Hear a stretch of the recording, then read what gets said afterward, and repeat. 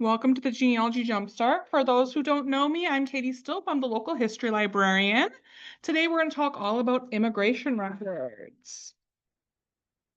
So hopefully you know what immigration is, but if not, immigration is the intentional movement of people to a destination country of which they are not usual residents or where they don't possess nationality in order to settle as permanent residents. So, our ancestors who might have been born in Germany or Ireland, they, wanted to leave their home country and come to the United States of America. They immigrated here.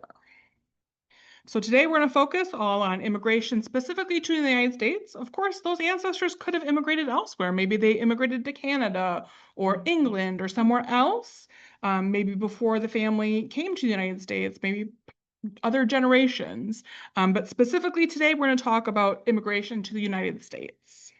Can I ask you a question? Sure. Now, you mentioned Canada. Yes. My dad's father, I think he came down from Canada. Yes. Now, had he done that and entered into, like the upper Michigan and stuff like that, he was in the military though, and he did get a Purple Heart. Would he have had to become naturalized? Naturalization is Canada? completely voluntarily. But I mean, to become, be in the military, wouldn't he have had to have been a citizen or no? No. No, okay, that's interesting. And again, we're talking about naturalization on the 28th. So you might be wondering, well, why should I research immigration records? Well, a lot of people, of course, want to find out who my immigrant ancestors are. What countries did they come from before they came to the United States? So we have a couple records that we can look into that are related to their journey to the United States, and that will help us learn a little bit more about their lives, both here in the United States as well as back in their home countries. So sometimes, even with their immigration stuff, you can locate the name of a hometown, which is something you're going to need.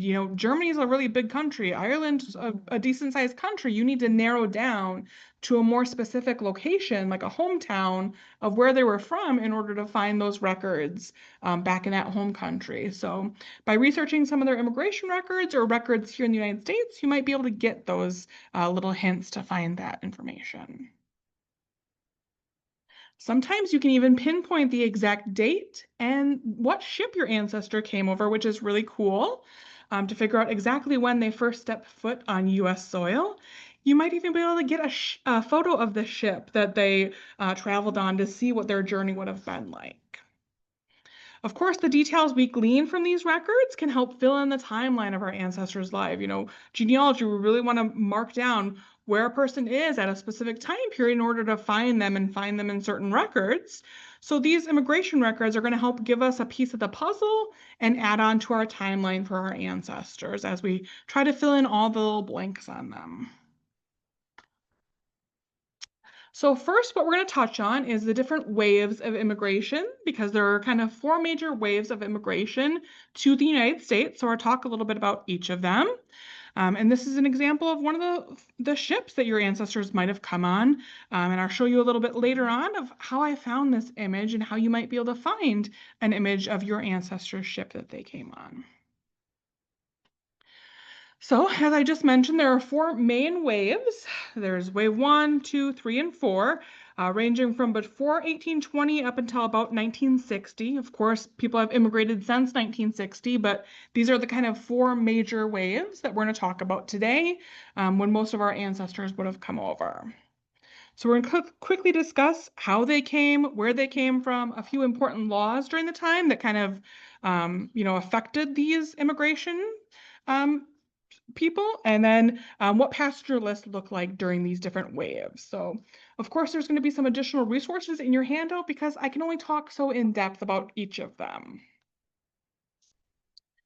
So, one important thing to note is that there's going to be different laws in place during these different time periods. Obviously, before 1820 up until 1960, that's a large period of time. So there's going to be different laws at different times. So you need to understand what laws were in place when your ancestors would have come to the United States. I'm going to briefly talk about a couple today. I've got a couple links in your handout to learn more or to be able to research a little bit more about that time period when your ancestor would have come. One important thing to note is the 1891 date. So if your ancestors came before 1891, the state governments of each of the states or the colonies were in charge of immigrants and kept all the records. In 1891, the federal government took over that task and became in charge of the process of processing all the immigrants and keeping their records. So I'll show you some examples of things before 1891 as well as after 1891, but that's an important date to keep in mind is 1891.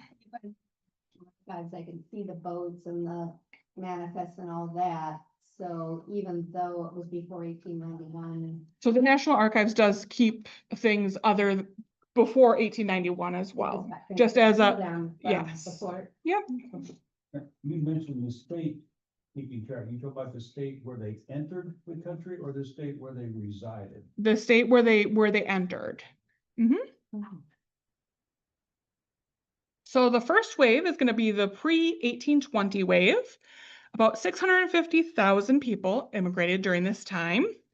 60% were English and Welsh, and there were smaller numbers of German, Irish, Scots-Irish, Dutch, French, Spanish, African, and other nationalities that also came during this time. Most of the people who came during this time settled in smaller clusters in the eastern, mid-Atlantic, and southern states. Because remember, we don't know all the United States that exists during this pre-1820 time period. We only know a little bit of the United States that exists. A percentage of the people who came were actually involuntary prisoners. And those people who came voluntary, some of them, about 48%, were indentured servants, which meant they had to kind of, be forced to come and pay their passage through working, essentially. If one of your ancestors was in a situation like that, there's some great records that do exist on Family Search and on Ancestry. There weren't many laws that are in place, of course, in this pre-1820 time period in the 1700s, 1800s. Of course, following up those individual states, those individual colonies that might have had laws in place at that time. So looking, where they came in, where they lived.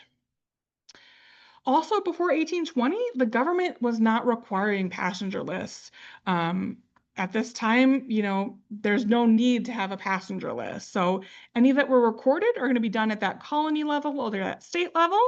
And unfortunately, many of them don't exist in their original form anymore because how much time has passed. And of course, at that time period, they're not thinking, hey, in 200 years, my descendants are going to want to find me on this list, right? There are some that do survive. A lot of them have been transcribed, that somebody read what it said on that list and typed it in. So we have a lot of books, a lot of periodicals, or online or through the National Archives. Sometimes you can find some of those pre-1820 passenger lists that do exist. Of course, I've got some resources for you in your handout if your ancestors did come during this time period. And Family Search Wiki, which we've talked a lot about in our sessions here, is a really great starting point for finding any of these existing pre-1820 records. Some major ports during that time are going to be Boston, Baltimore, Philadelphia, and New Orleans. There were also some early passenger lists from where they departed. So keep in mind, that country where they came from. The details, unfortunately, are very minimal on these passenger lists. You're going to get the name, maybe the date that they departed, the date they arrived, stuff like that. It's very, very basic.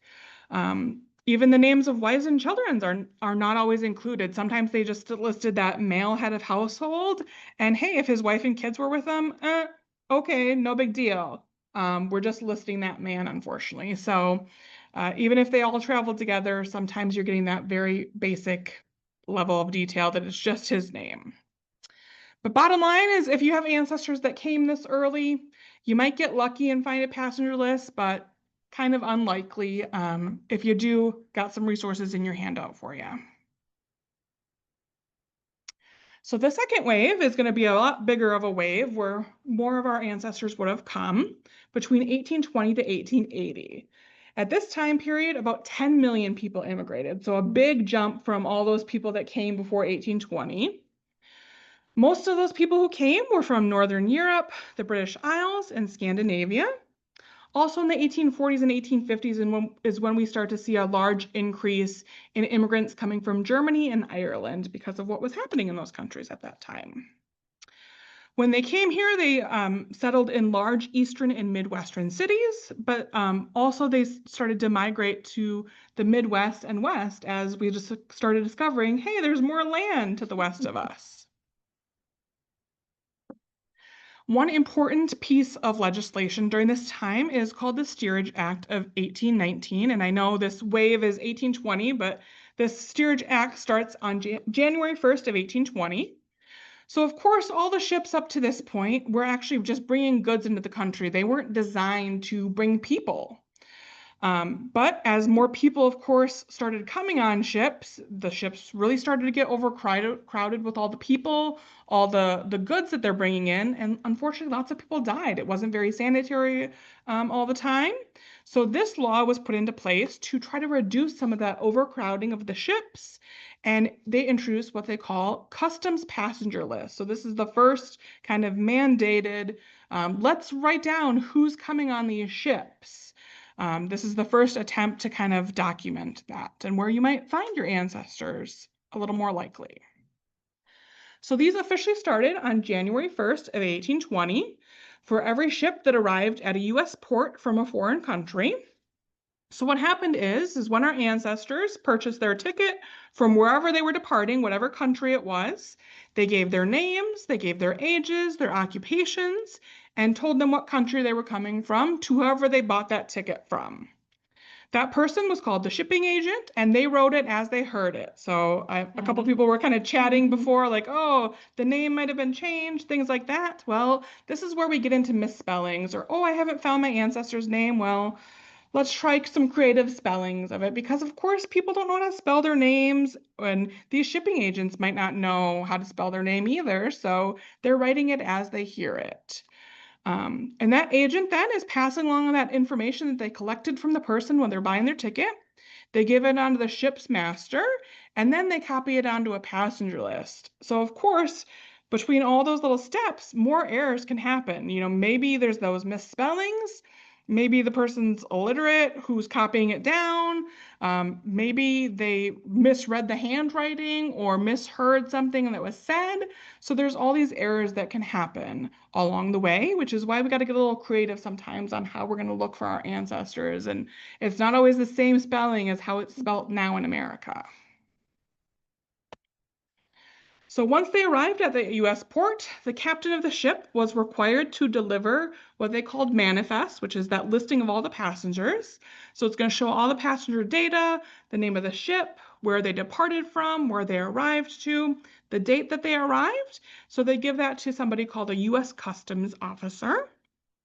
Unfortunately, even with this requirement to start having these custom passenger lists, the records before 1891 didn't have as many details as the records after 1891, because remember, 1891 is again that time period when the federal government says, hey, we need to step in and start overseeing this process. So even though this is, required, you're not getting as many details in this time period yet.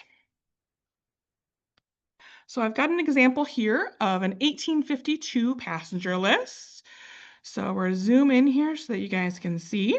So of course, this one's coming into the District of New York. You can see right here at the Port of New York. You can kind of read this person who's like the ship captain or in charge of the manifest is saying, I say this is true and I'm signing my name, and here's the ship name, Atlantic. It's September 23rd of 1852. Sometimes you gotta, really zoom in to read some of that handwriting there, of course. And then, of course, you get to the passenger information. So you've got some names, you've got some ages, even though there's columns for years and months, a lot of them, just rounded and gave us just that year. You've got their sex, their occupation, the country in which they belong, the country in which they intend to inhabit, of course, the United States, if they're coming to the United States. And then this last column is actually saying if they died on the voyage, but sometimes, like in this example, it's saying 3 chests. Well, it's actually talking about some of their baggage that this family brought with them. So even though this column says that died on voyage, they're not using it for that. Sometimes they're using it for little notations as well. But of course, you can see all the different names, all the different families. Sometimes we get lots of detail, sometimes we get very little detail, depending on if it's a child, if it's a man, if it's a woman. Of course, they're not listing all the occupations for all those people. But that's an example of what you can expect to find around this time period. So even 1852, quite a long time ago, but I at least have some data here on potential people on this ship.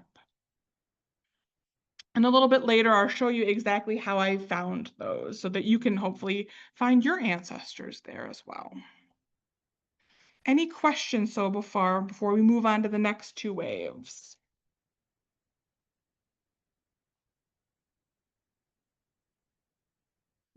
See if my virtual folks have any questions here. All right.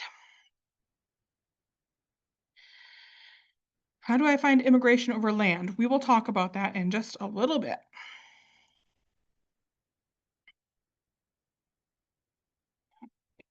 So the third wave between 1880 and 1920 is the largest wave. This is when more than 25 million people immigrated to the United States during this time. Primarily, they're going to be from Southern and Eastern Europe, but the largest amount came from Germany, Italy, Ireland, Austria-Hungary, Russia, and England. At this time, many are going to be settling in larger cities like New York City, Chicago, Philly.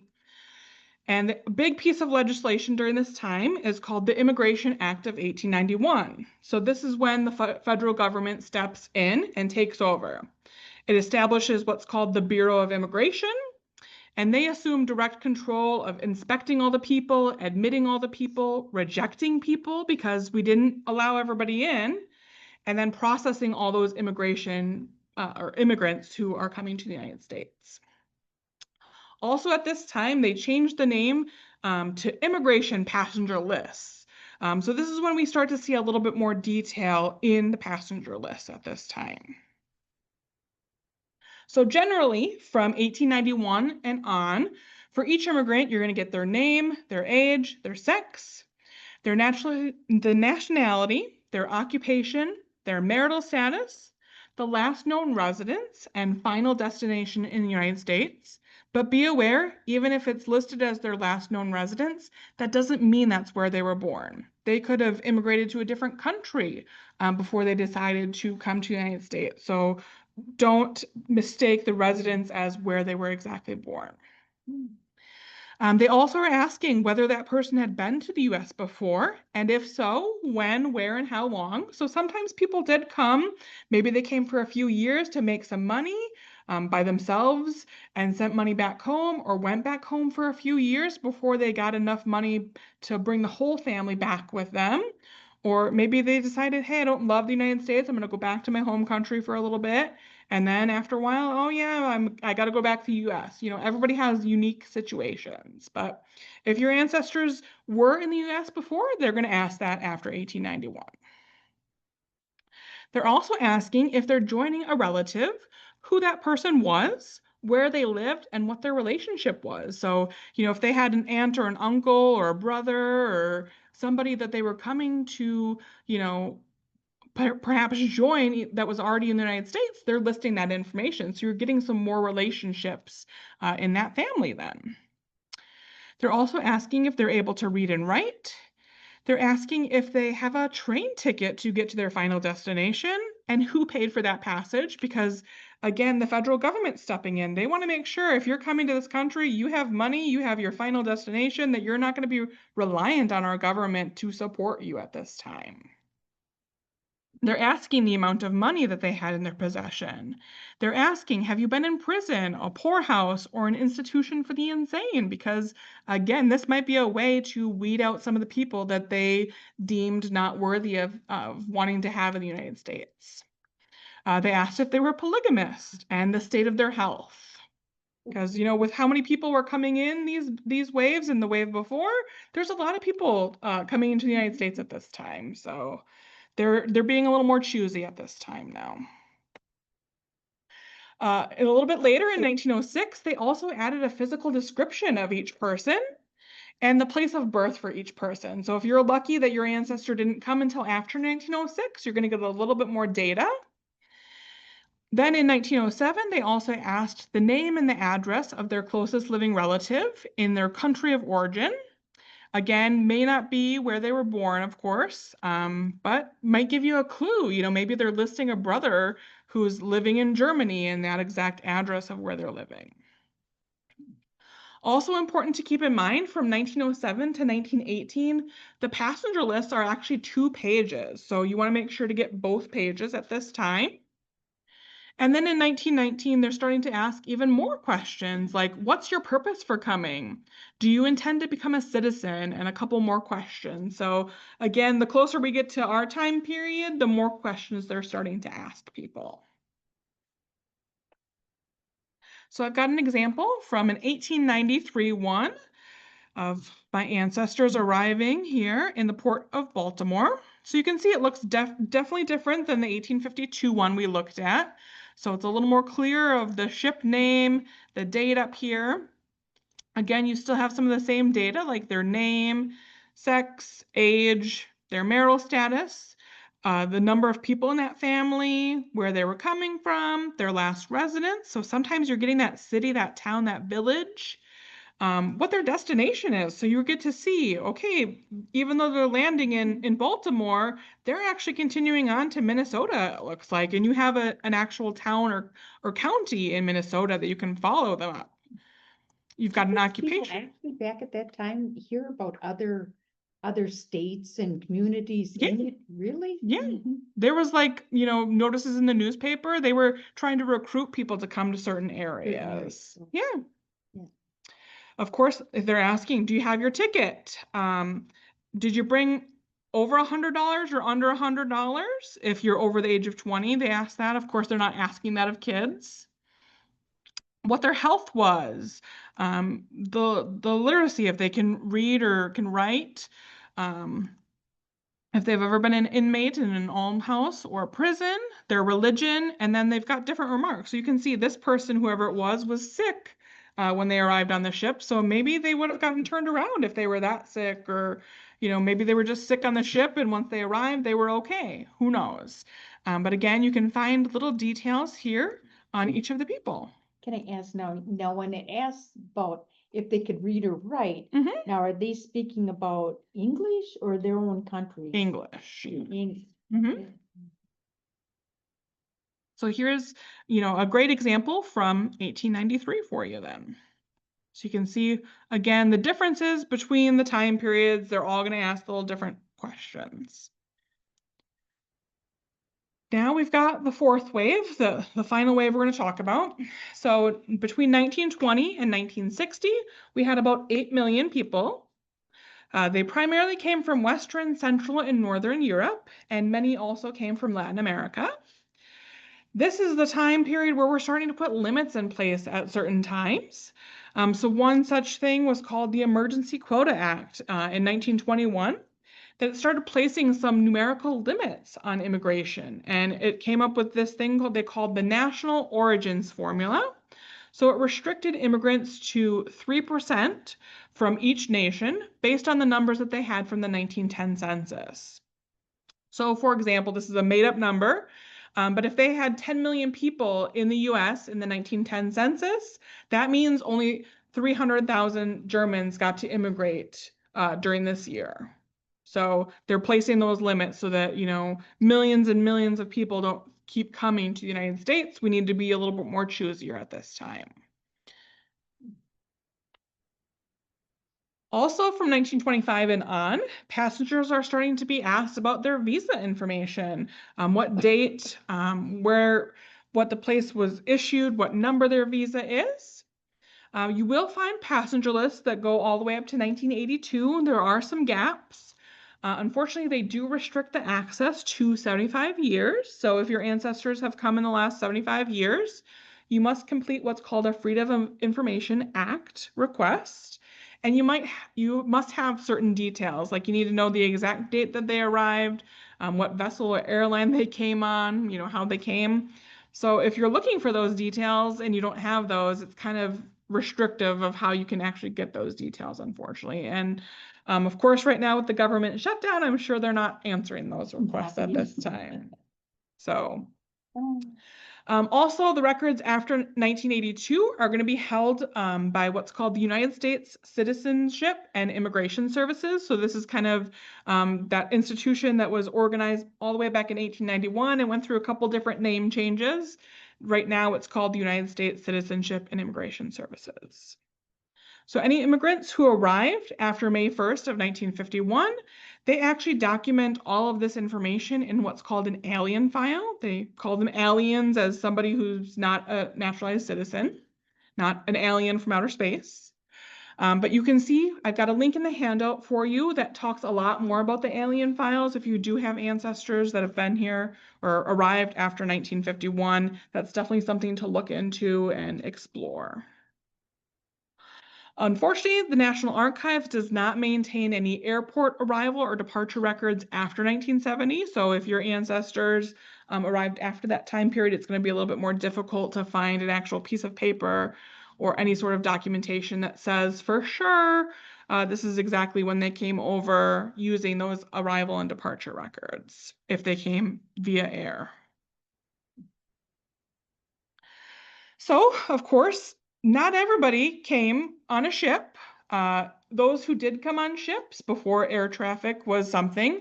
Not everybody came through Ellis Island. I know a lot of people that think, oh, immigration. Of course, everybody came and saw the Statue of Liberty and came through Ellis Island. But Ellis Island actually didn't open until 1892, which is during that third wave of immigration. So prior to that, if your ancestors came through New York, there was a port called Castle Garden on the bottom edge of Manhattan, kind of close to where Ellis Island is.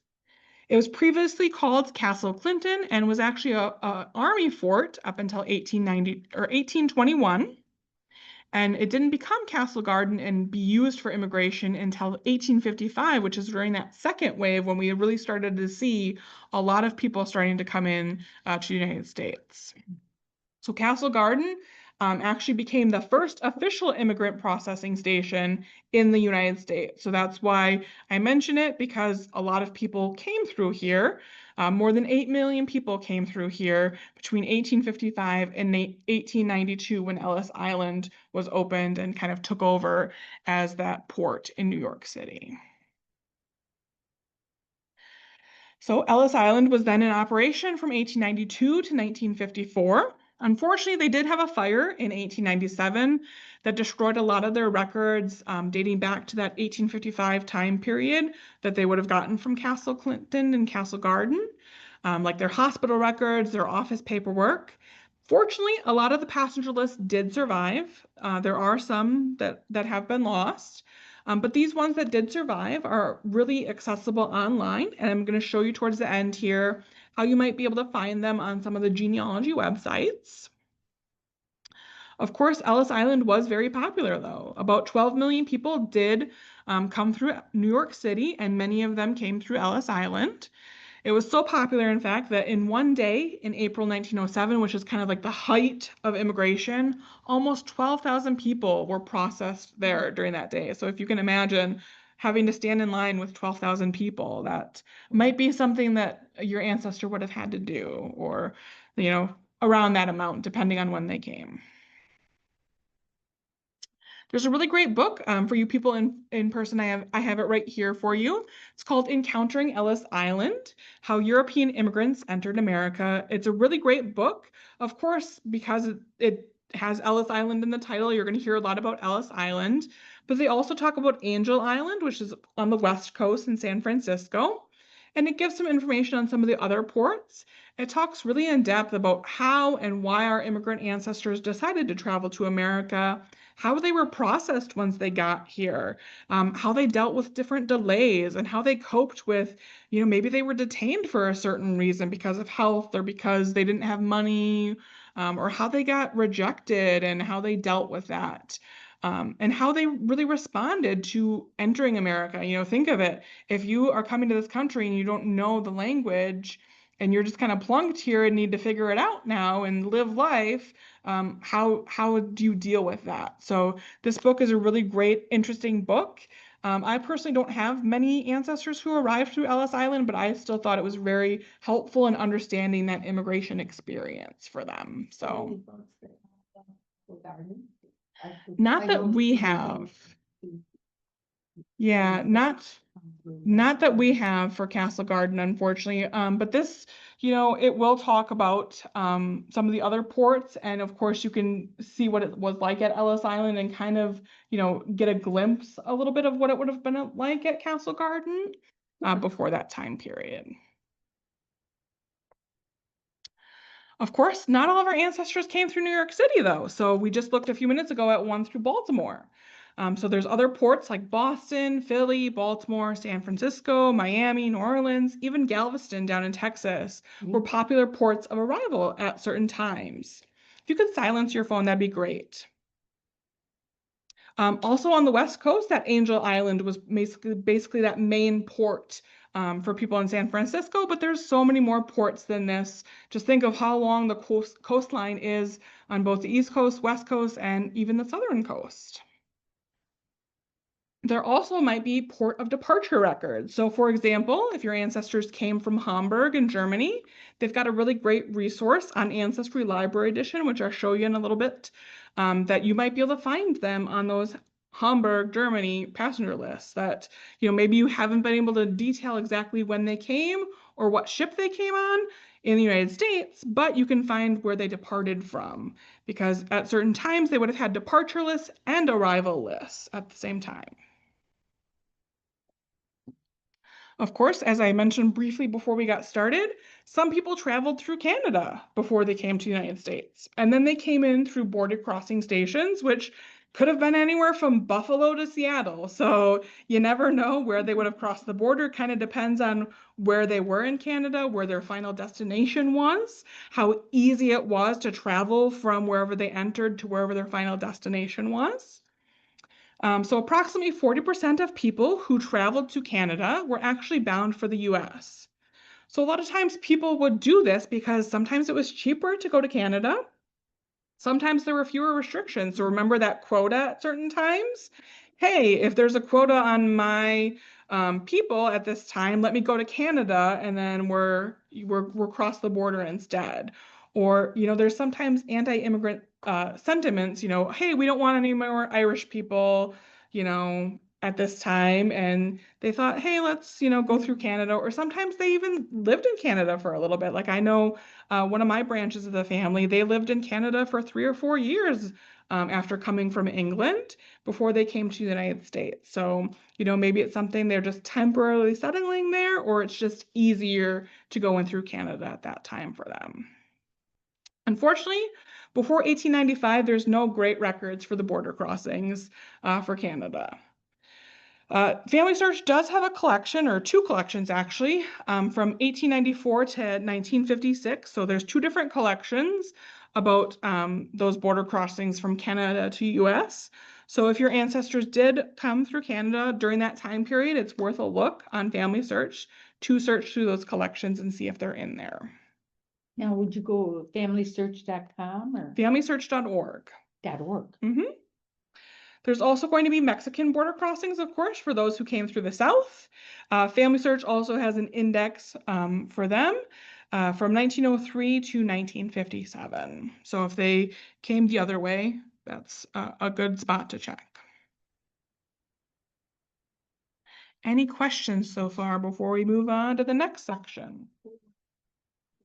In the state of New York, because I know people came from back down into like Oh, that could Plattsburgh, be, yeah. New York, What time period? like 1830s. Yeah. So before 1895, there's like no border crossings. I mean, you can try New York, but like they might have something on the state level, but on the National Archives level or Family Search level, it just might not be digitized and accessible. Okay, thank you. Yeah. And most of these crossings would have been done in the summer and autumn months. Very few in the winter. You think? Probably, I just, wouldn't just travel. based on weather, yeah. Someone shared their father's family came through Vanceboro, Maine to the US in 1925. That border crossing was easily accessible for Canadians coming from New Brunswick and Nova Scotia to US. So yeah, again, another story of people, settling in Canada first before they came over to the United States. So maybe my question is preempting something you didn't cover later than it is, please defer. Mhm. So my grandmother came through with her parents, Ellis Island, 1904, 1905, 1906, about all I know. Mhm. Where do I start? So I'll show you how to find some passenger lists in just a minute. All right, let's see. How do you make your cursor have the yellow circle? I've got this little special thing. It's called mouse highlight. I just found it and downloaded it. It's cool though, right?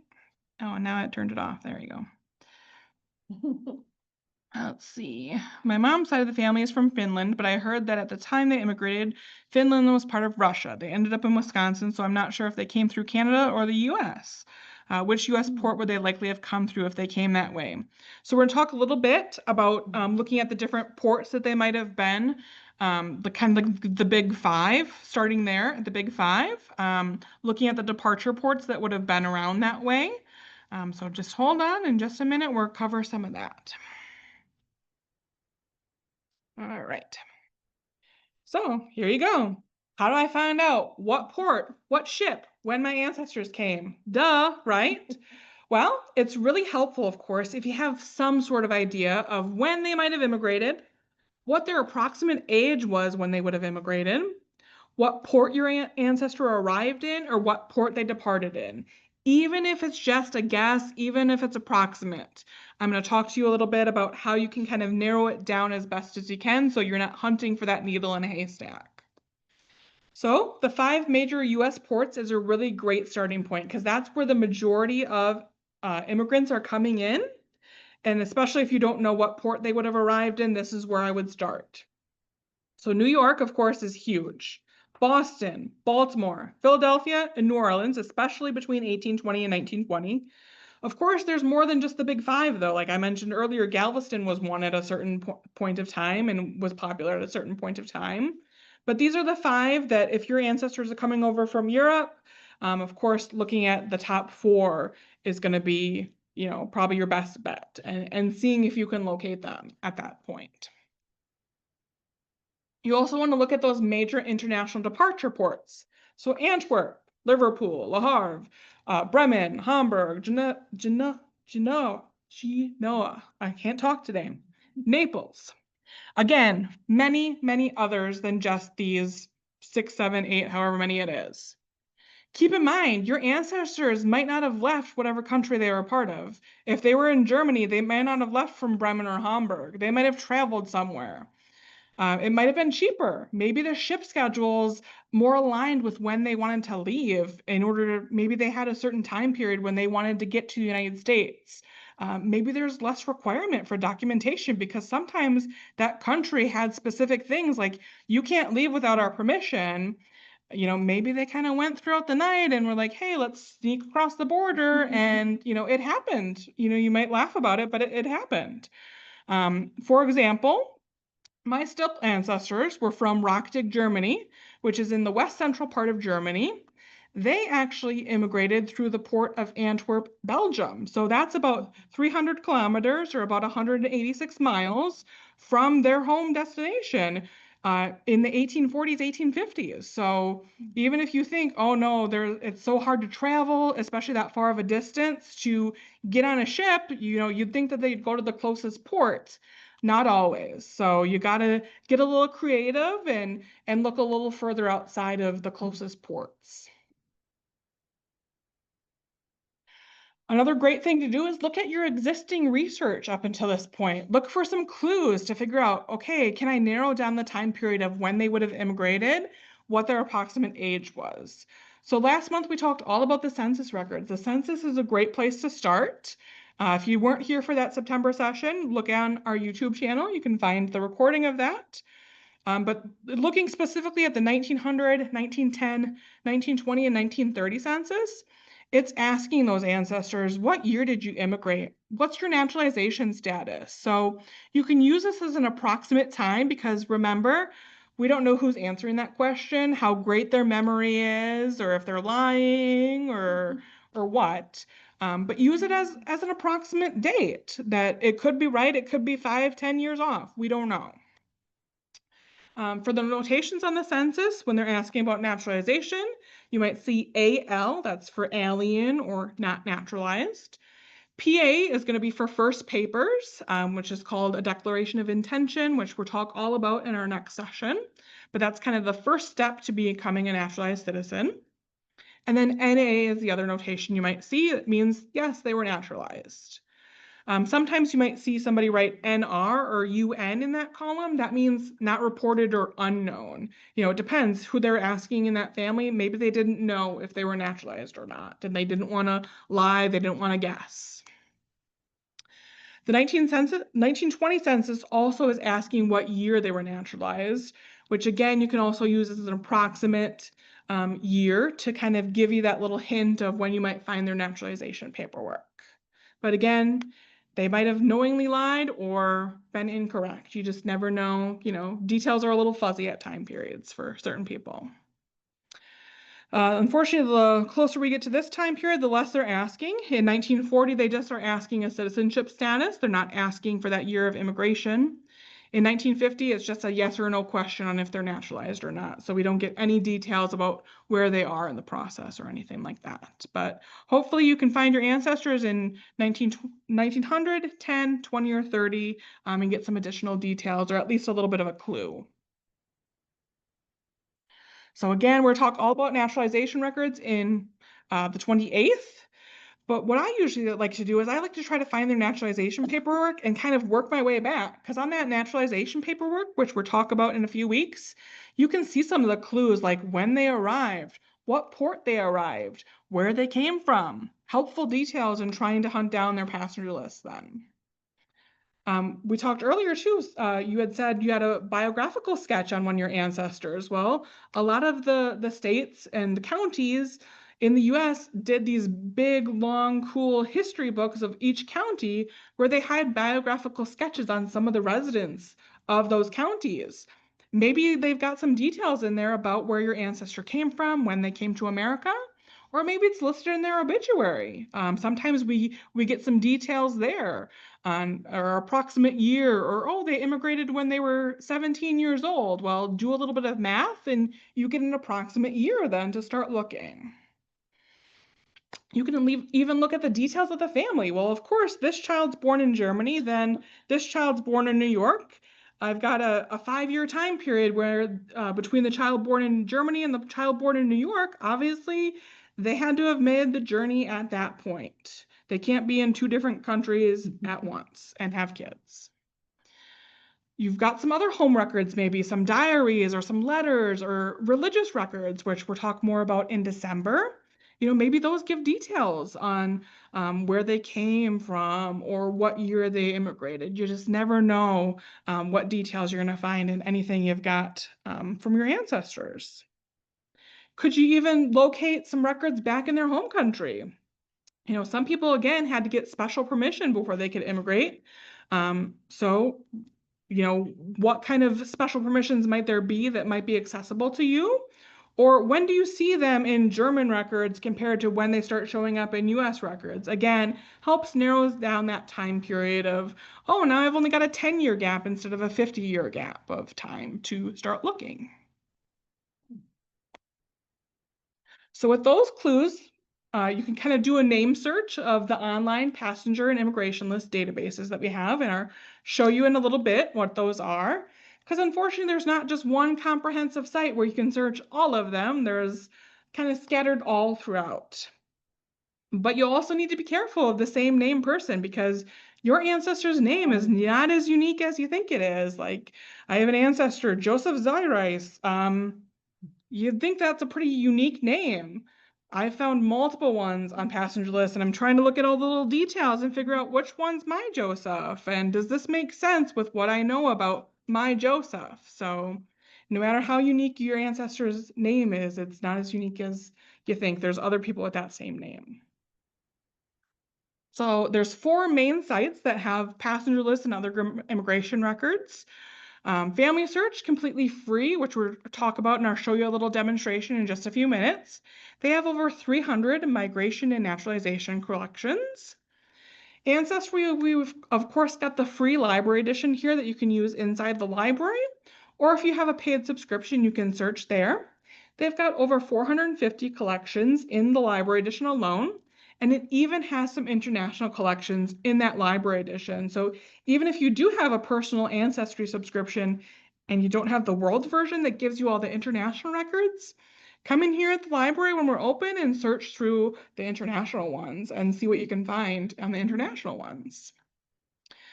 2 other paid ones, MyHeritage and Find My Past, also have quite a bit of passenger and immigration things. They've got about 100 collections for sure on MyHeritage, not sure how many on Find My Past, but both of those, again, required a paid subscription. There are many more than just those 4 sites. So for example, you might find some US and international collections on Heritage Quest, which again, we have free through the library or free for anybody in Wisconsin. Unfortunately, a lot of them are just indexes, which means you're just going to see like a little snippet of, your ancestor's name and some details that they pulled out. You're not going to see those actual images, but that information that you get from that index could help lead you to another site that might have those images of those passenger lists or whatever you're looking for. I've got this link in your handout, but there's a Family Search wiki that has various collections. Of course, there's going to be some overlap in coverages, but this is a great starting point. If you're somebody who's like, I have no clue where to even start, I don't know what port or anything, these are going to walk you through all the different collections that they've got online. Anytime you see a $sign, that means it's going to require some sort of subscription or something. So you can see, oh, this one's on MyHeritage. Well, if you don't have a MyHeritage, it's going to ask you for money to sign up for MyHeritage. But you can also look at the ones that are free if that's, where you want to start. So there's lists and lists and lists depending on what ports you're looking at. So this is a great starting point for you. Again, be aware, some of them are unfortunately just indexes and no images, but some do include those actual images of those actual records, which is always great. Again, remember, there's going to be misspellings of the name. It's going to happen. There's going to be same name people. There's going to be lots of irrelevant results that you need to weed through in these online collections. So for example, Stilp, that's my last name. I found it indexed on a passenger list as Kelp, K-E-L-P. Really? No. It took me forever to find them because of this. So even though no matter how many times or ways I tried to spell my last name, it kept not coming up because it's just so badly misspelled. How did you know that Kelp was for sure there then? Because I found it after going through the naturalization paperwork and narrowing down a time period and then looking at all the ships page by page to find out where they were and what ship they were on that exact date. Did you think you know why they put the name Kelp? So if you look at K and S, just how they wrote it, Oh, back then or whatever. the K just looks, or the S looks really fancy that it almost looks like a K, the person who wrote okay, it. okay. So things like that can happen. And if you look at the actual image, so when I zoom in really hard, I can see it looks like an S-T-U-L-P instead of the I, which is kind of like the German spelling of it. So I can see maybe why they misindexed it wrong, but still, that might be a similar situation where your name is just so misindexed or misspelled that no matter how many different ways you try to search for it, you might not be able to find it because it's misspelled. There's also something called wildcard. So we talked a lot about the wildcard searching when we talked about the census records, because again, the census records have lots of misspellings of names. So you can use that star for between 0 to 5 characters or the question mark for 1 character. So again, refer back to the recording for a little bit more about those wildcards, but that's another way that you can start trying to search that name by placing in those wildcards and seeing what kind of results you get. Again, you can also browse page by page. That's eventually how I ended up finding my Stilp ancestors. If you have that ship name or if you have that arrival date, I'm going to show you in a few minutes how you can find that exact passenger list. I also like to browse the image and the index at the same time. So I have the image of the passenger list on the top, and then the index where somebody typed and thought they, could read the handwriting says what it is. So I'm kind of looking at both at the same time, because if I'm just looking at the image, or if I'm just looking at the index and I see it say kelp, I'm going to be like, that's not my ancestor. But if I'm looking at the actual image and I see that K looks like an S, I'm going to look a little closer at it, right? Or if I start seeing, geez, Peter, John, Barbara, that's my family. Those are the names of my people that are coming together. So you got to sometimes use it at the same time and look at both places to see if your brain all of a sudden makes the connection that, no, that's actually the family that I'm looking for. Unfortunately, remember, not all passenger lists survived. Not all of them are digitized. There's also those departure ports. So, the Hamburg ones, the Bremen ones that you might be able to look through as well, but they're not always digitized. They didn't always survive. So if you still don't find them after looking and looking and looking, they might still be out there, or it just might not be online, unfortunately. Or maybe they didn't survive. Some ports also have their own websites or databases that you can search. So for example, there's a Statue of Liberty site where it covers all the New York ports from 1820 to 1957. So Ellis Island, Castle Garden, that's on the Statue of Liberty website. Be aware, sometimes these sites try to get you to pay some money though. They want you to print this pretty certificate with the information about your ancestor and when they arrived. You don't need to do that. If you want to, you're more than welcome to, but you don't need to pay for it in order to get that information. You can definitely search through the website and get what ship name, what date they came on without having to pay to print this pretty certificate that means nothing. Some might require you to create an account, usually a free account, before you have to begin the searching. Again, you don't need to use those if you don't want to, because a lot of these are going to be on Family Search and on Ancestry. But what I like to do is I still like to search just in case. If I'm having a real hard time finding them on Family Search and on Ancestry, all the different ways I've searched, I still go to that, Statue of Liberty website and search for that name and see, because the indexing is different. Maybe their indexing is better on that site, and I can narrow down, oh, it's the Mika's ship on this date. And then I go take that information and go to Ancestry, and then I find that exact ship.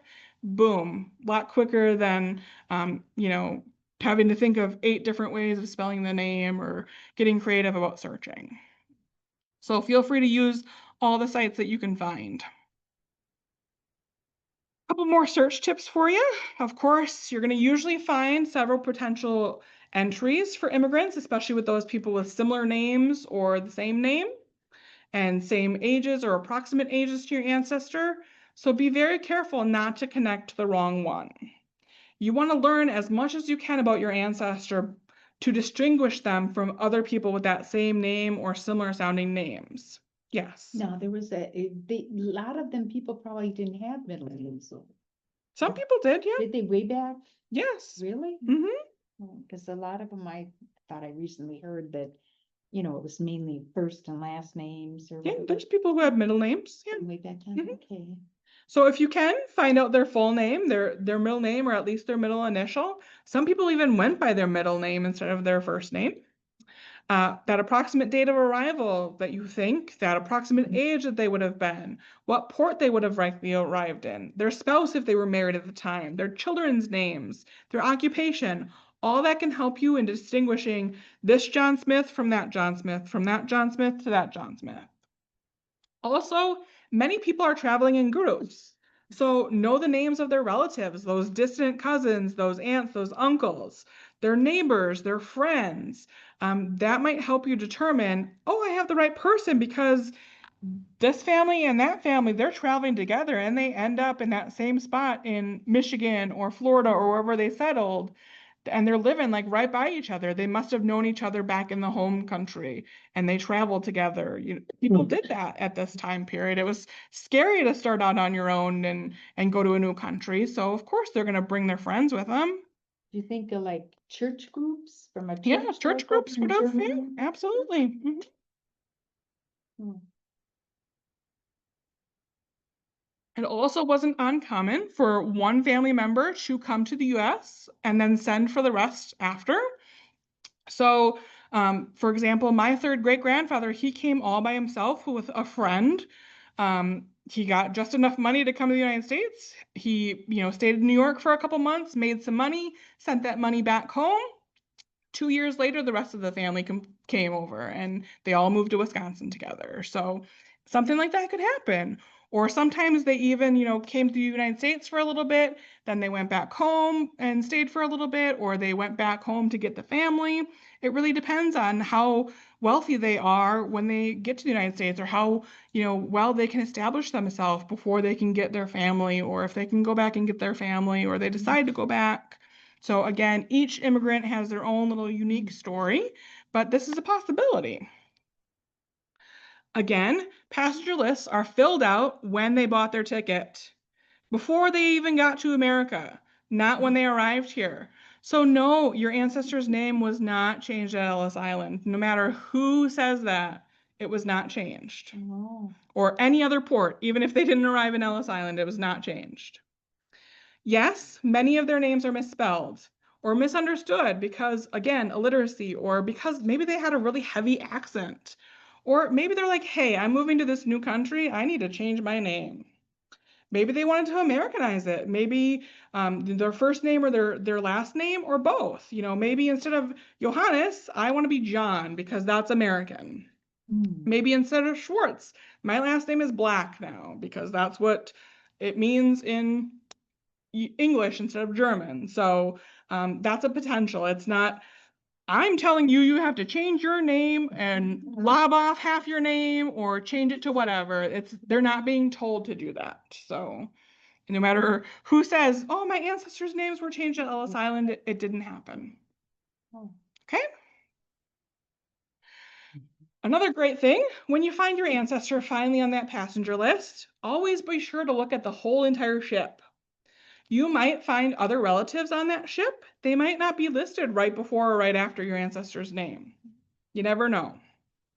Also, births and deaths sometimes happened, of course, on the ship. These are longer journeys, the further back in time we go, of course. Sometimes those recorded on the last page, sometimes in that column like we looked at earlier, but sometimes they didn't use that column and they wrote them on the last page. So maybe they lost a baby or somebody on the ship, or maybe a baby was born on the ship, and you're going to get that information on the last page. If you don't go to that last page, you won't get it. The index might also be incorrect. So I found an example on Family Search of my ancestors on the ship Mikas, and they actually have it indexed as the ship being Constitution. So you look at it, here's Jacob, my third great grandfather. It says ship name is Constitution. But if we pull up the actual image, here he is down here. Here he is with his buddy John. We go up to the top. Well, this one at the time, they don't have a ship name, so I've got to go the next page, see if they've got the ship name up there. Nope, they still got, 30 some people to go. Here we go.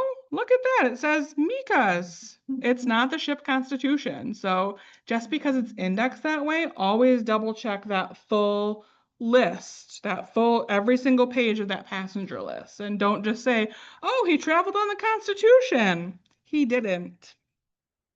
So things unfortunately get wrong sometimes. Questions before we move on to some of our live demonstrations here.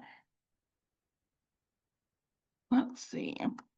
Someone says, my last name is Sipes, S-I-P-E-S. It has been listed as Fipes, Sites, Spies, Siles, etc. So yes, lots of different creative spellings. Someone says, search for each person in the family group. My grandfather came with his mother and sister. I could only find them when I searched the sister's name. So that's another great way. If you can't find your exact ancestor, try searching for somebody else they would have traveled with. Maybe you actually find them by doing that as well.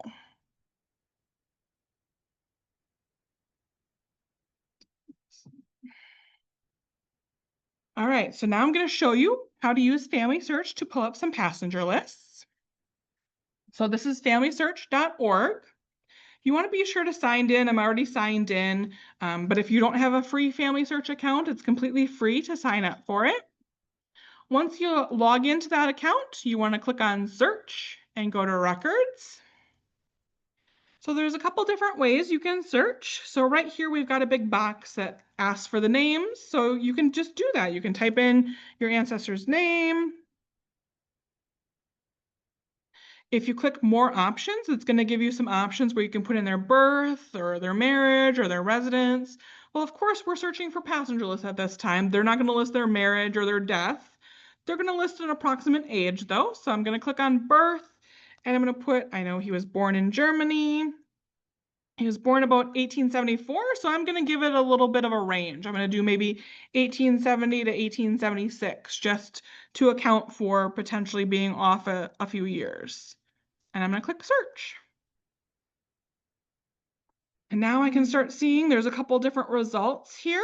If you've got a lot of results, I mean, I only have 13, but if you have a lot more results than that and you want to narrow it down to just those passenger and immigration lists, there's a spot here that says collections, and then it's going to pull up this spot on the right where you can see there's different record sets. Well, there's one called migration and naturalization.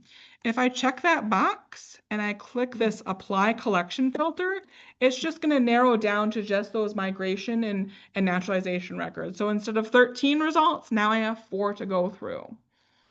So I can see now this is, a naturalization index. Maybe I don't want to find naturalization paperwork. I want to find that passenger list. Well, if I look at the next one, it's a Baltimore passenger list.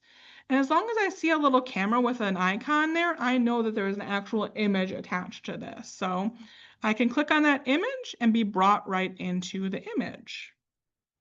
And so this is the example that we looked at earlier on that steamship Dresden in April of 1893. And then I can scroll down and find the family right down here. So here's Richard with his parents and his siblings. And now I've got all the data here. If I want to save a copy of it, there's a button right here, the little arrow with a line underneath. That's our download button. I just click it. It asks me if I want to save it as a PDF with or without a highlight or with a JPEG, which is an image file. And now it's completely saved to my computer. Can you show me how you got to that records search again? Because whenever I go in there and search, I get either nothing or, hundreds. How did you get to the actual immigration versus So I narrowed it down. sort of steps? So under this collections, you click this collections right here above the results, and then you can narrow it down by clicking on whatever box and then applying that collection filter. Yes. Especially if you have a more common named ancestor and you have thousands of results and you're just looking for that passenger list, narrowing it down.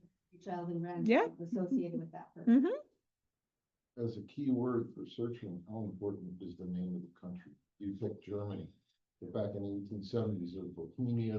You could leave that blank and just start with a name. You roll around that, it's going to narrow you down too quickly. It could. So if you put more stuff in that search box, the more it's going to narrow down your search. So you want to experiment searching a couple different ways. Maybe search just the name. Maybe search just the surname. Maybe search the surname with an approximate birth year. You've got to get creative about the different ways you're searching to try to find them. And remember, spelling different ways for that last name, of course. There's a couple other different ways to search as well. So if we go back to our search and go back to records, that's not the only way to search.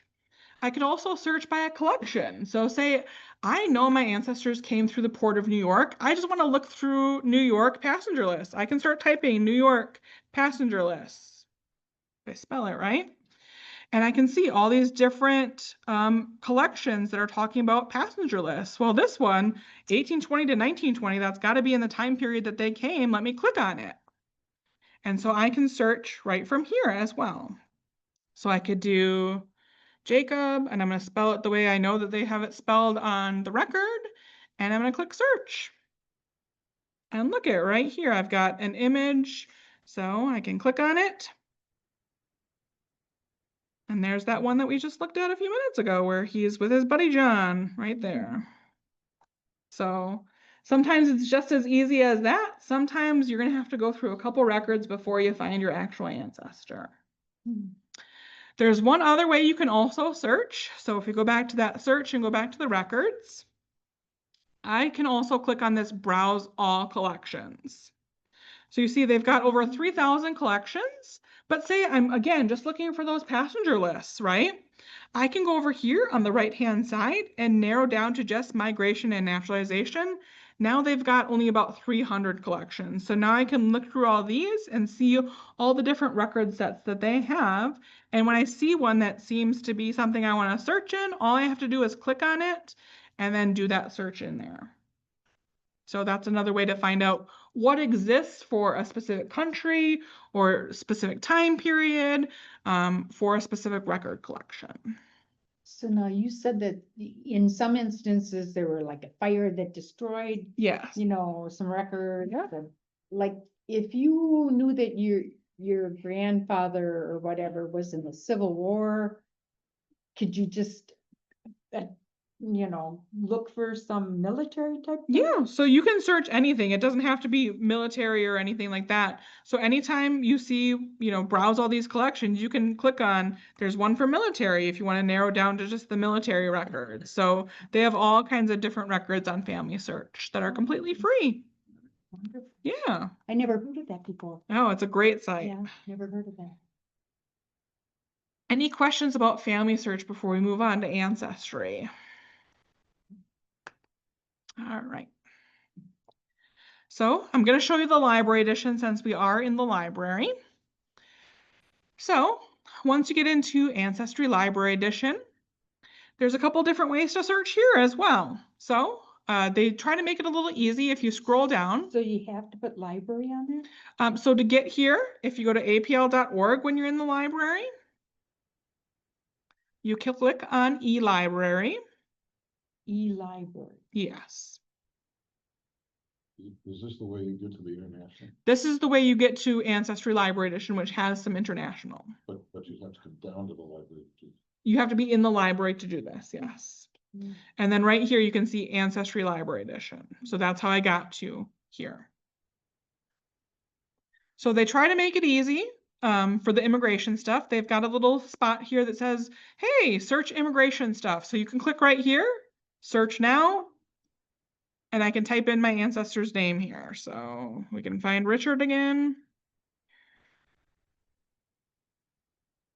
I can put in a year and a location if I want to narrow it down. And I can click on search. And now again, I can see, you know, a couple different options. Well, here's that Baltimore passenger list right here. If I kind of hover over it, I get like a little kind of preview of it. And then if I click on that view, it's going to bring me right into that actual image. So here's that same image that we also found on Family Search. Just a little bit, you know, maybe clearer image sometimes on Family Search or clearer image on Ancestry, but similar to that, I can also save it here. So I can save it to this computer, and now I've got a copy of it. They've, of course, got more than just this, or there's other different ways. Or you could even, if I want to edit this search and I want to do a completely new search, I'm going to go back out. I'm going to click on search. So instead of putting in a full name and birth and stuff, I can just put in a last name and click search and see what happens. Of course, I've got 1,800 results. But I can narrow down over here. If I'm like, hey, I really just want to look at the passenger list, or hey, I really just want to look at these border crossings or the naturalization stuff, you can narrow down that way as well. So if I want to click on it and narrow down, now I can see a couple different options like, oh, hey, I recognize this name. Let me click on it and see what it is. And now I can see, oh, it looks like she visited a different country at a certain time, and now I can look and see this data and I can save it. So that's an option as well if you want to put less data in that search box. Another thing that you can do is click search and narrow down to immigration and travel. So instead of scrolling down on that main page, it's going to bring you right to that same spot where you can start searching right there as well. I also really like to go into the card catalog. So this is another spot where you can start narrowing down stuff. So you can see I can either put in a title or a keyword, or I can just start clicking on stuff. So I can click on this immigration and emigration.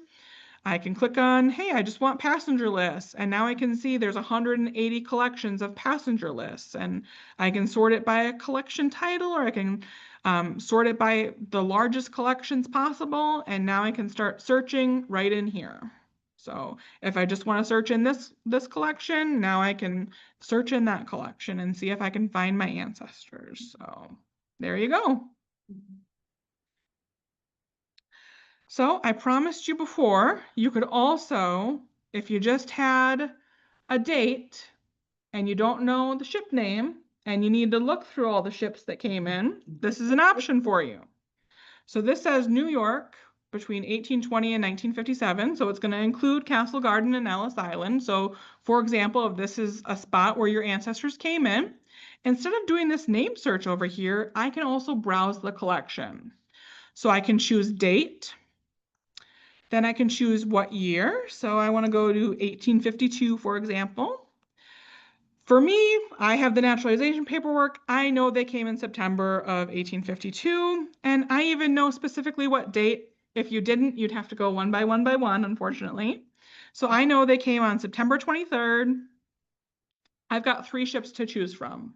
So I can click on that ship name and start going page by page. So what I do is I zoom in really, really far. I can see the names here, but then this little kind of person with the lines next to it, that's the index. So that's what I mean when you want to look at the image and look at the index at the same time, because this name and this name, you know, you might say, is that a Z or is that something else? And you know, That pulls up automatically? sometimes it pulls up automatically, sometimes it doesn't. There's this little like person with the 3 lines. So if it's not up there, you can click on it to make it up there. And you can even pull this up a little bit more to see a little bit more of the index if you'd like to do that. So that's how I found those pesky stilps on page 6, all the way down here. So you can see, oh, it's actually KULP, not KE. I'm sorry, I was wrong. But if we find them down here, you can see that's very clearly an S to me, not a K. Yeah. So now you can see how sometimes that's why it's very helpful. I can say, hey, Peter, John, Matthias, Barbara, that's my family. And then I look at this and I'm like, oh yeah, that's definitely Stilp. And all the other stuff matches. So sometimes you got to get creative of how you're searching. But if you just have a date, you can look page by page until you find them if you have that date and that port that you know. So that's another way to find them if searching multiple different ways of spelling the name doesn't match. I also promised you I was going to show you how to find some pictures of those ships. So I always go to the card catalog to find that. So again, we click on search and card catalog. No, photography didn't come into being until what year? That's a great question. I don't know. Because But there are some Yeah, in the photographs from the Civil Civil War, War. Sometimes they would have had 18 drawings. 1860s, Yeah, somewhere in there? 1860s. Sometimes they would have had drawings Maybe. prior to that. But so how I got here, again, is I went to search, I went to card catalog. I'm going to click on this immigration and emigration. And you can see right here, there's one called Ship and Port Pictures. So there's a database called Passenger Ships and Images. They've also got a couple other ones from other countries. But here, now I can click the first letter of my ship name. So say I'm looking for Wora, W. Now I can click on my ship right here. And it's going to give me a year range. So maybe it's not during the time period when my ancestors were on there. Maybe it is, but it's going to show me a year range. Sometimes they've got more than one. And now I've got an image of what this ship looked like between 1882 and 1903. And again, I can save it. The other really cool thing is sometimes they've even got more than one image. So if I go to D and I'm going to look up Deutschland, this is one of the coolest ones I've found. So there's 2 different ones. They've got 2 different date ranges. But this first one, we see a really beautiful ship. Another angle of the ship. Now you can see inside the ship. Wow, nice. Of course, not all of them are like this, unfortunately, but this one's a very cool one where it shows multiple different views inside and outside. Clearly, this is a very luxurious one. Definitely not one my ancestors would have traveled on, but you can see all these great photos of what they had inside this ship. So you never know what you're going to find for that specific ship that your ancestors would Yeah, have so traveled. what year was that one ship that went down? The Titanic? Yeah. 1912. 1912, so, yeah. Yeah, so you'd find the Titanic on here. Yeah, if you go to the T's. There's the Titanic. Most of them people on that ship wouldn't have been immigrants, they would have been. You know, I'm not sure if they would have been immigrants or if it was just like a leisure boat kind of, but you never know. Yeah, Jack and Rose, who knows? And we're Third class. Sure. second class. Yeah, never, First class, the rich people are. first class was just doing it for fun. Yeah, Survived the world, yeah. oh, because probably, they were locked down. yeah. You weren't allowed up out of ship. And then weren't there supposedly two other ships that were designed similar to that? Yes. Like a doctor type ship or something? I don't remember what their names were, but you can of course explore. Mm. Mm. One was the. Any other questions about using Ancestry Library Edition? Yeah. My specific question, if I came down to the library, Mhm. I have an Ancestry subscription. How do I get the data from the library? So into- you would have to download it from the library edition and upload it to your Ancestry account. Drive that? Yeah, or like you can save it to the computer or email it to yourself. Go over, ask Yeah. where you. It's two different things. Yeah, you Yeah. need a station to go over to and do your research. You can bring your own device to the library and download it to your device. Oh, okay, so you can do the research through your machine but using. You just have to be on our internet to use the library edition. Because there are subscriptions that I wouldn't have, because I Yeah. rarely use them. Yeah. Okay, Mhm. that's fantastic. Yeah, so again, this is, where you can find some of those, Actually, I was thinking. yes, some of those passenger lists. They've got, you can see UK and Ireland, Australia, Hamburg, there's lots of international ones without having to pay for that international ancestry subscription. Well, that's always dead ended me, because if I could get to Ellis Yeah. Island, I could at least find out where grandma came in. Yeah, But then to go farther than that, I think, well, I Yeah. gotta get a world subscription. I yeah. gotta So the get- difference between the library edition and the world subscription is there's just not as many collections. Of course, if you pay for it, you're going to get a lot more collections internationally, but it's at least a small subset of the international stuff, and it's worth it to explore it for free. And if you hit gold, you hit gold and don't have to pay for it. So, all right, what else I got? If you need some more help using Ancestry or Ancestry Library Edition, I've got some resources in your handout. We did a video earlier this year all about the Library Edition and Heritage Quest, which is kind of the free version of Ancestry that you can use from home. I've got a user guide. I've got another video that dives deeper into how to use Ancestry a little bit more effectively. So again, those are resources in your handout for you that you can explore at your leisure. I also wanted to show you Heritage Quest because you can use this one for free from home for you who live in Wisconsin. So again, you're going to go to that APL website. You're going to click on eLibrary. And then you can narrow down to genealogy up here, or you can just go down to the H's, depending on how much you want to scroll, to find that Heritage Quest online. And then this one from home will let you use it. Sometimes it might ask you, if it doesn't recognize that you're in Wisconsin, it might ask you for your library card number. So you'd select your library and then type in your library card number, or if you don't have a library card, you should. If you don't, you can select Wisconsin and it'll allow you to type in your zip code instead. Do we have to be registered through the Appleton Library? or You can use it Wisconsin? any Wisconsin library. So if you have a Wisconsin library card from any library, or if you don't, you can again use the zip code feature. Oh, The first time or two you try this process, who do you see to stumble through it? The reference librarian? I'm probably your best bet. You'd have to put up with us. If they get genealogy questions up there, they usually say, let's see if Katie's available. Yeah. So this, again, you can use from home. It looks similar to Ancestry Library Edition because they do own Heritage Quest as well. But this one you can use from home.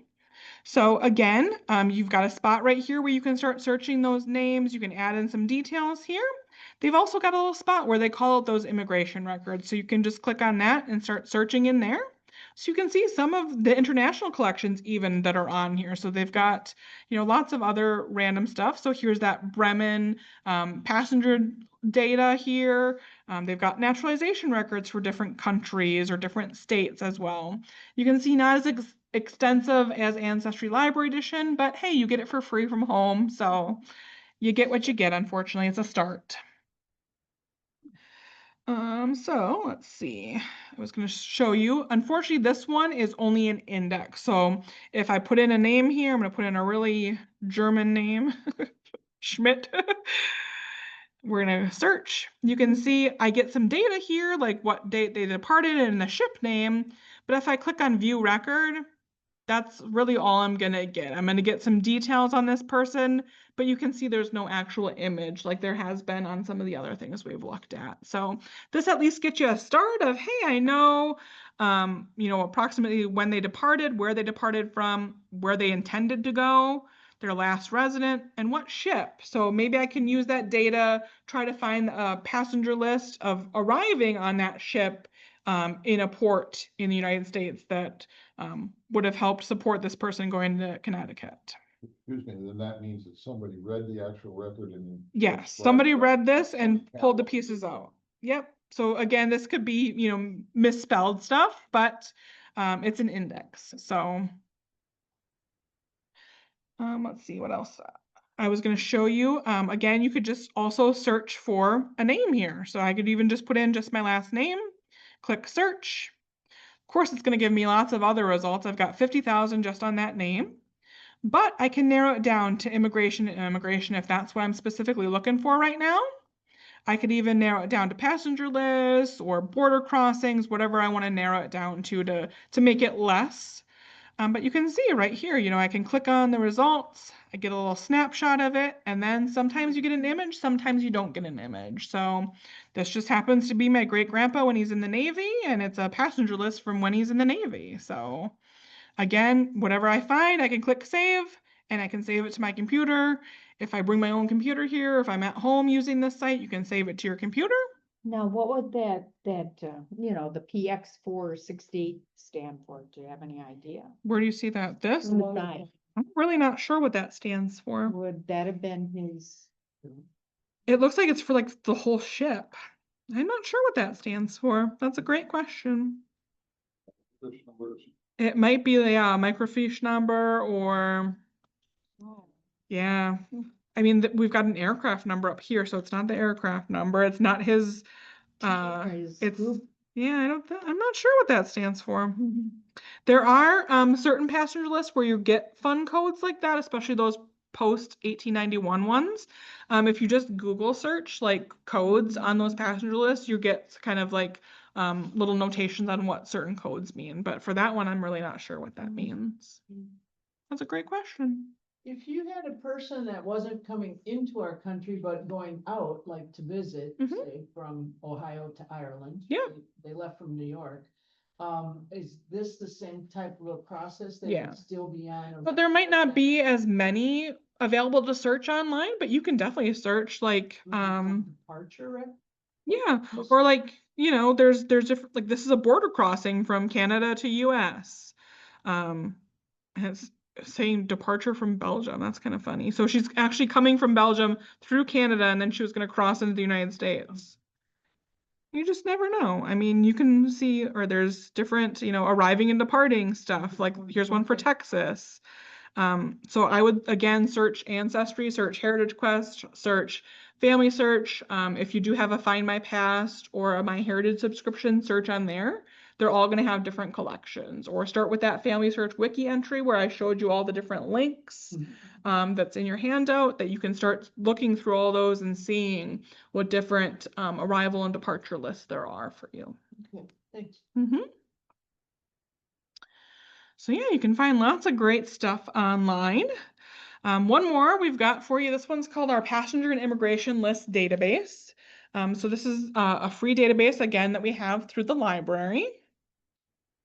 So instead of going to Ancestry Library Edition, or instead of going to Heritage Quest, you'd find the Passenger and Immigration List Index, and you can go right there.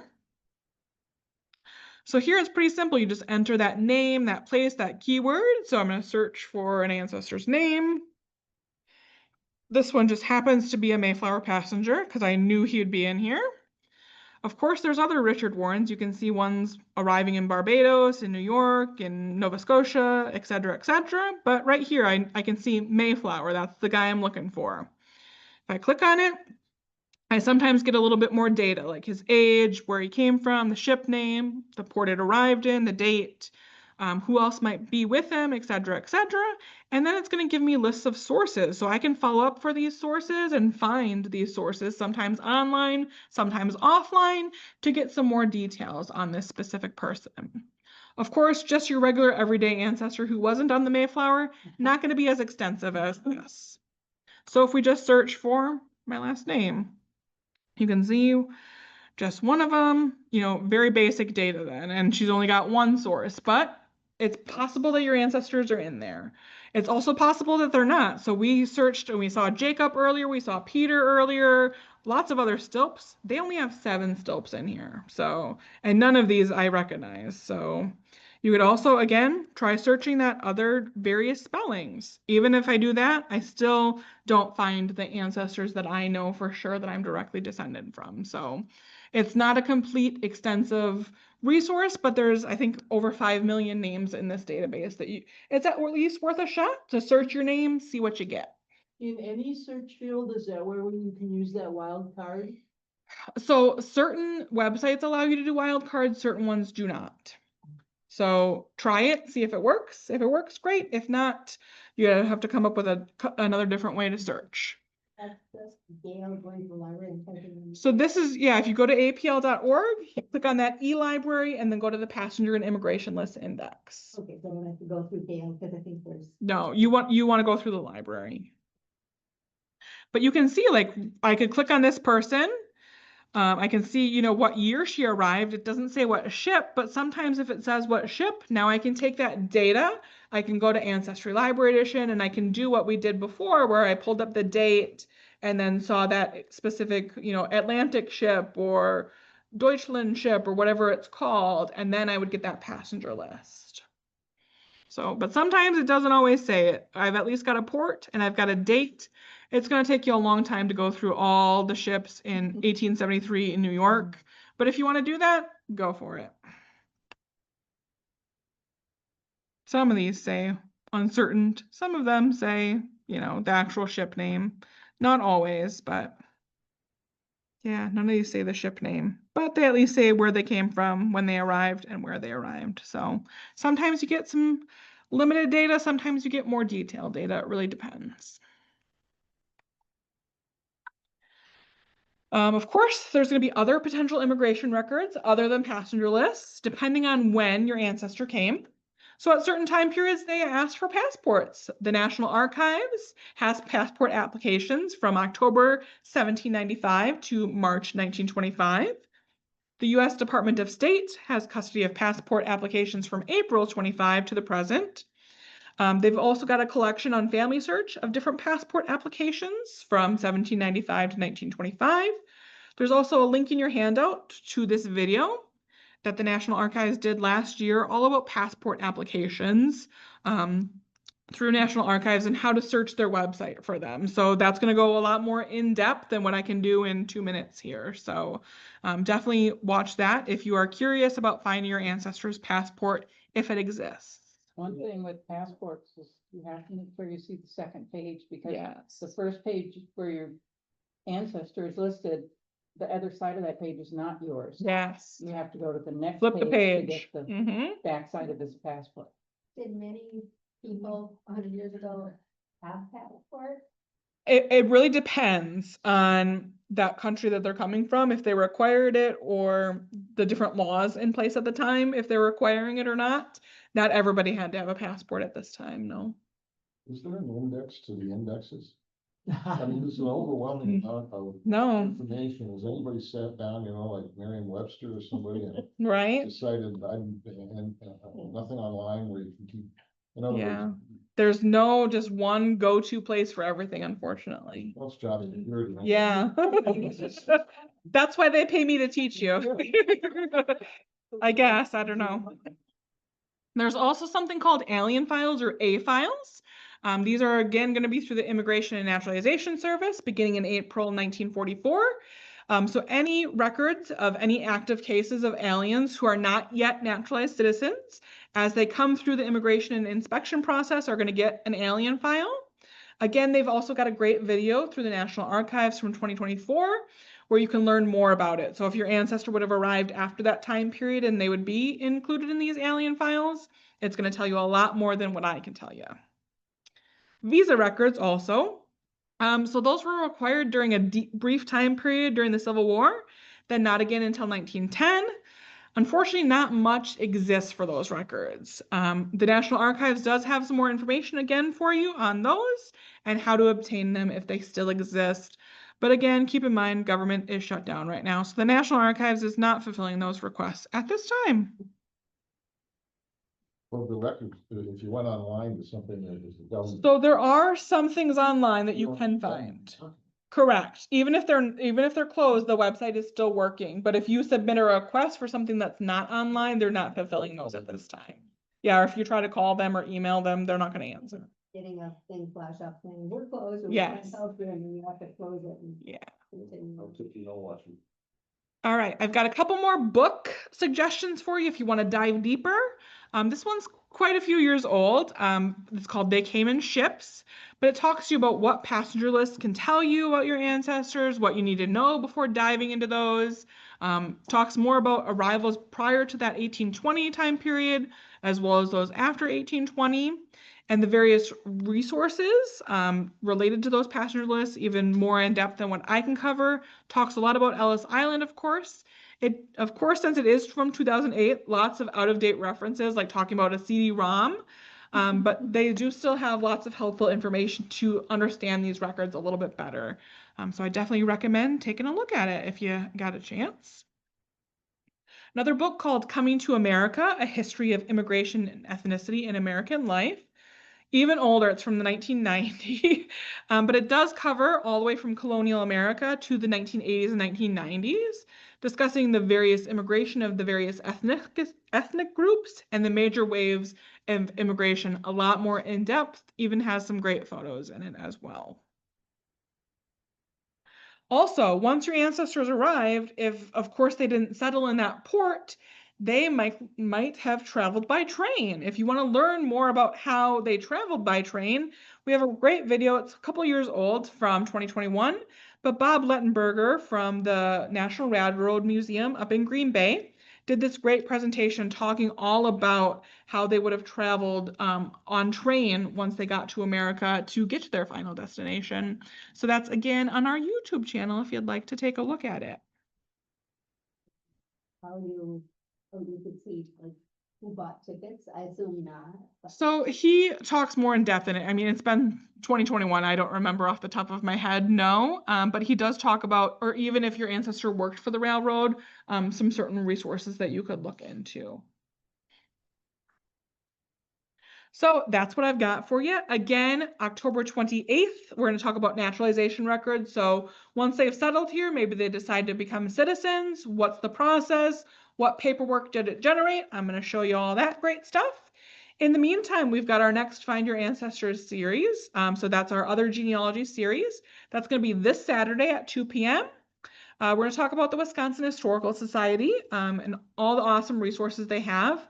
More than just Wisconsin resources. So Mary Riso is going to talk to us upstairs in our upper level community meeting room to talk about the different collections, how you can research online and offline at that great resource. So please join us. That's all I've got. I'm happy to take more questions.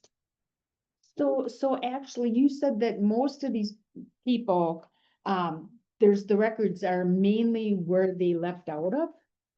So there's records where they left and records when And they re- arrived. And when. But try searching both. Like if you can't find them when they arrived, try searching the departure point.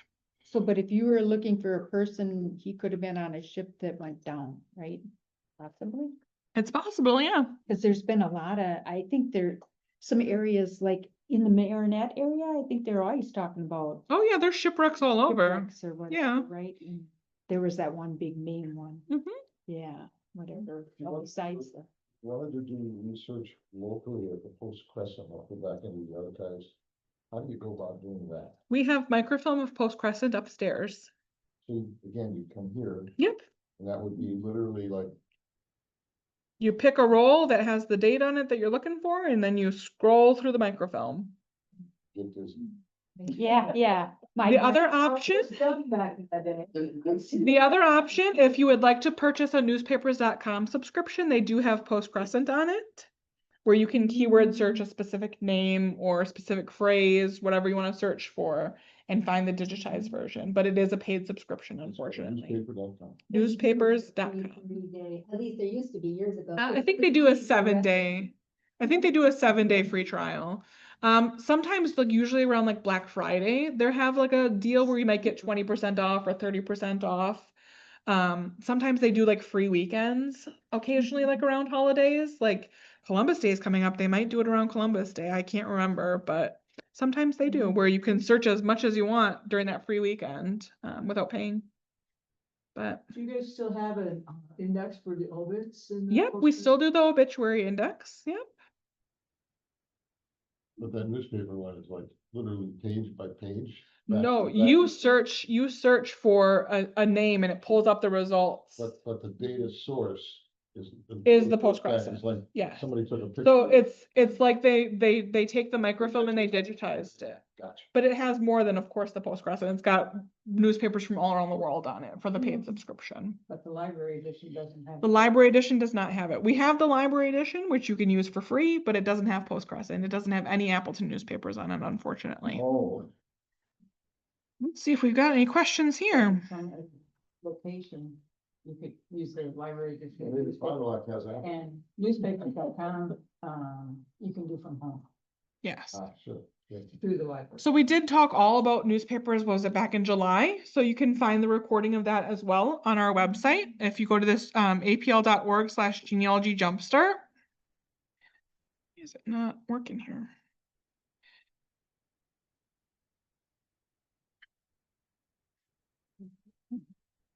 So if you go to apl.org/genealogy jumpstart, you can find all of our upcoming sessions. You can find the handouts from the past sessions as well as the videos from the past sessions. So this is like our 11th session. So if you're like, hey, I want to look at the newspapers one, here's the handout, click on it, download it, print it. Here's the video to part 1, and then you can go watch it on YouTube. So you could spend all afternoon listening to me. Delightful. Thank you. All right, so there was a couple questions here. So someone asked, how common is it to travel under a false name? You know, at a certain time period, I'm guessing they didn't have identification where you had to prove what your name was. I don't know how common it was, but it's potentially that they could have traveled under whatever name they wanted to. Right, well, remember that movie with Barbara Streisand, she was a Jewish person and she went as a male. Yeah, I don't remember that movie, Yeah, but I'm sure it's Yeah, possible. Yeah. Yentl, Yeah. right? Yeah. Yentl? Someone shared about photos you had asked earlier. Daguerreotypes started in 1839, but many types of photography started in the 1840s and 1850s, so it is possible. Let's see. Someone says, my name is on the Queen Elizabeth I when we departed from New York to England when I was a baby. See, you can even find yourself on the passenger list. Let's see. Was naturalization a thing before 1800? Tune in on the 28th to find out. Right. What was the name of the movie? Yentl? Yentl. Yentl. Yentl. See if we got some questions here too. Okay. The yellow cursor thing is called Mouse Highlight. It's just a program you can download. All right. Would we search for departure records in the same collections? Yeah, so the same websites I showed you before, you can find departure collections. So we looked at like the was it Hamburg was on Heritage Quest. I think it's on Ancestry Library Edition as well. Answered that. Will the naturalization presentation include anything pre-1800? Our try. Maybe we can discuss the Titanic manifest. Yeah, if you know more about the Titanic, go for it. I don't know a whole lot other than what I saw in the movie.